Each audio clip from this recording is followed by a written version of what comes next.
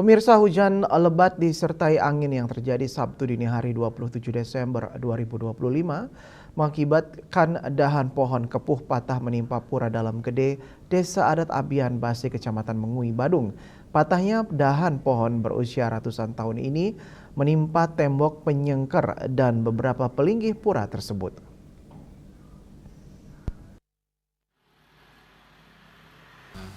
Hujan lebat disertai angin kencang mengakibatkan dahan cabang pohon kepuh yang berada di timur Pura Dalam Gede, Desa Adat Abian Base patah. Patahnya pohon diketahui warga sekitar pukul 5.30 WITA.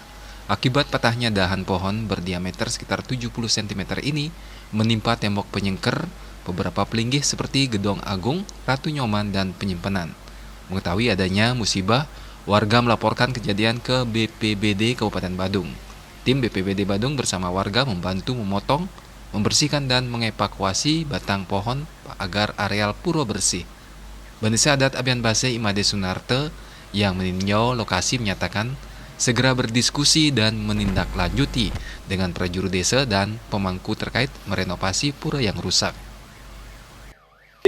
Kira-kira jam 5.30 karena adanya angin kencang dan beliung sehingga pohon besar kepuh di Pura Dalam Gede Abian Base ini tumbang. Jadi beberapa rantingnya tumbang sehingga menimpa gedong agungnya, gedong simpanan dan lagi satu pelinggih, tiga pelinggih yang kena dan penyengker. Kami menindaklanjuti akan segera berharap untuk renovasi, diperbaiki.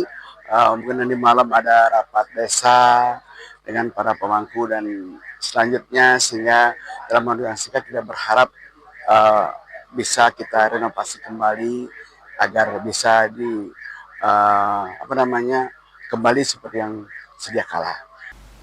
Made Sunarte yang juga Wakil Ketua DPRD Kabupaten Badung ini menambahkan, kerugian akibat kerusakan beberapa pelinggih diperkirakan sekitar 500 juta rupiah di luar upekare. Winate, Bali TV.